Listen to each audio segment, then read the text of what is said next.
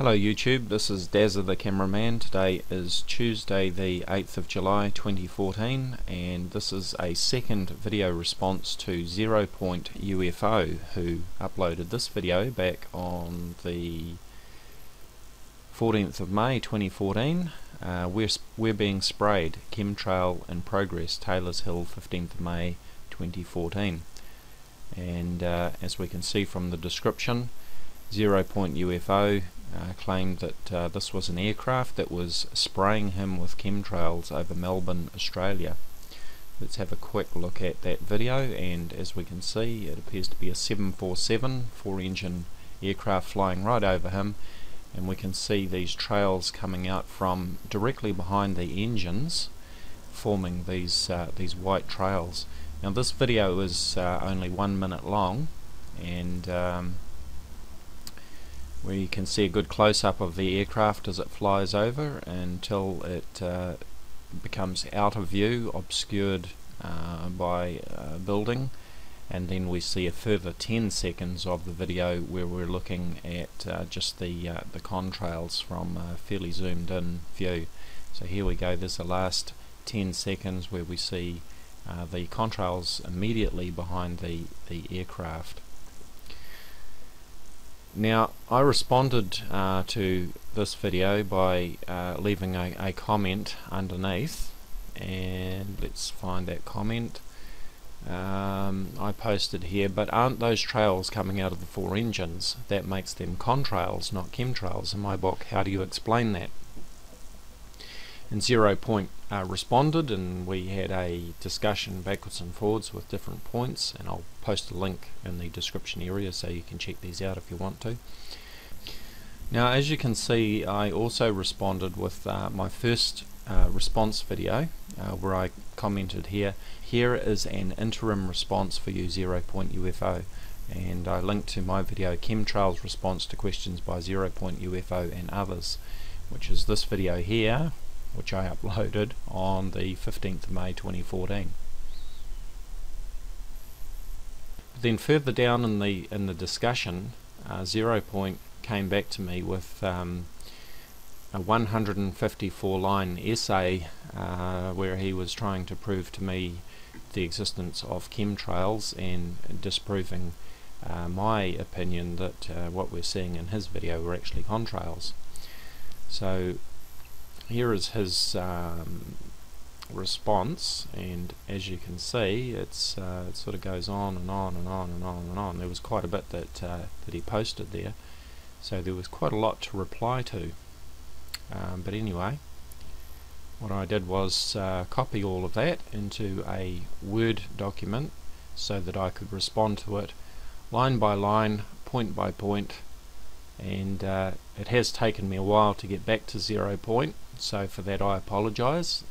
There are a number of reasons for that, but one of them being that I had been unwell for a while. I've also been busy with other things, and also the fact that it was such a wall of words with so much content in it that obviously there was a lot to digest in there and to go through and respond to. But that's what we're going to do in this video. It's going to be a long video, but we're going to cover a lot of material. So here goes. So here is ZeroPointUFO's long essay that he posted under my or on his YouTube video, and also under my response video. I've copied his whole statement into this Word document, and my response, you'll see, is in green text. ZeroPointUFO 1 month ago. He states, still no response or apology after my post reply, which was posted on my channel, so I'll copy and post it here. Your original argument claim was that the white trails seen forming behind the engines in my video are contrails. Let's examine the statement below. And he quotes me where I said, but aren't those trails coming out of the 4 engines? That makes them contrails, not chemtrails in my book. How do you explain that? End quote. ZeroPoint goes on to say, let us agree that the statement above was your opening question to me in this debate. I can only deduce that your statement was founded on an assumption that the white trails in question must be contrails because they are seen coming out of the engines, otherwise you wouldn't have asked me for my advice to answer this question for you. You declare this little detail, i.e. the relationship between the trails and the four jet engines, and this little detail alone to be the determining factor which formulates your entire belief in chemtrails. That's technically what you stated. And here is my response, where I quote ZeroPointUFO, where he says, and this little detail alone to be the determining factor which formulates your entire belief in chemtrails, end quote. My response, no, this little detail alone is not the determining factor which formulates my entire disbelief in chemtrails. There are many factors which formulate my disbelief in chemtrails. The fact that the trails can be clearly seen coming out from the four engines of the aircraft in the video posted by ZeroPointUFO is just one of them. There are many other factors which I have already covered in some detail in my original response video, which I titled Chemtrails Response to Questions by ZeroPointUFO and Others. ZeroPointUFO continues, let us agree that your initial argument rests heavily on the assumption that because the trails are seen forming behind the engines, they simply cannot be chemtrails for this reason. Is that correct? In my response, yes and no. Your statement of my assumption is poorly worded and misleading. You seem to ignore the indisputable fact that genuine condensation trails or contrails are a reality and have been a reality ever since jet aircraft were invented. And where do genuine contrails form? Do they form along the edges of the wing? No. Do they form from the tail of the plane? No. Genuine contrails always form directly behind the engines that are creating them, as long of course as the conditions are right for the contrails to form. In other words, the aircraft must be passing through airspace where the temperature and humidity will support the formation and condensation of trails, otherwise no contrail will form. Let's take another look at the plane in ZeroPointUFO's video, and let's have a look at where the trails are forming. As we can see in ZeroPointUFO's video, the trails are forming directly behind the engines, exactly as we should expect to see with genuine contrails. And what is the title of ZeroPointUFO's video? We are being sprayed. Chemtrails in progress. Taylor's Hill, 15th May 2014. On what basis has ZeroPointUFO come to the conclusion that this particular aircraft is producing chemtrails instead of ordinary condensation trails?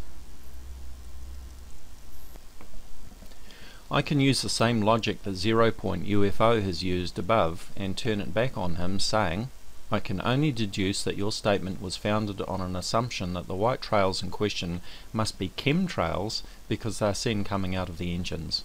Or, I could say, I can only deduce that your statement was founded on an assumption that the white trails in question must be chemtrails because there are visible trails. It seems to me that every time a chemtrail believer sees an aircraft leaving a trail, he immediately concludes that it is a chemtrail and never a contrail.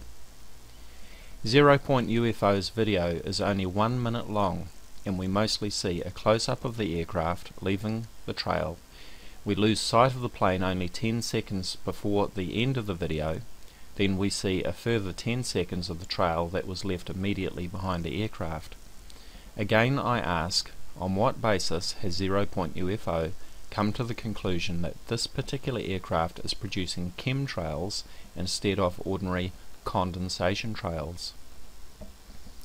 Most chemtrail believers claim that chemtrails persist, but genuine contrails dissipate within minutes.